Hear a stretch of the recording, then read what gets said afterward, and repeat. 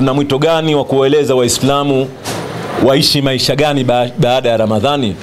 Tumesema wazi kwamba Mwenyezi Mungu Subhanahu wa Ta'ala kachagua mwenyewe siku, kachagua saa, kachagua miezi, akasema ina utukufu fulani. Sawa? Lakini haina maana ibada ya kumwabudu Mwenyezi Mungu imefungwa kwa masaa yale, au imefungwa kwa siku zile, au imefungwa katika miezi ile. Sawa? Mwenyezi Mungu asema wa'budu rabbaka hatta ya'tiyakal yaqin. Endelea kumwabudu Mola wako mpaka kitakapokujia kifo.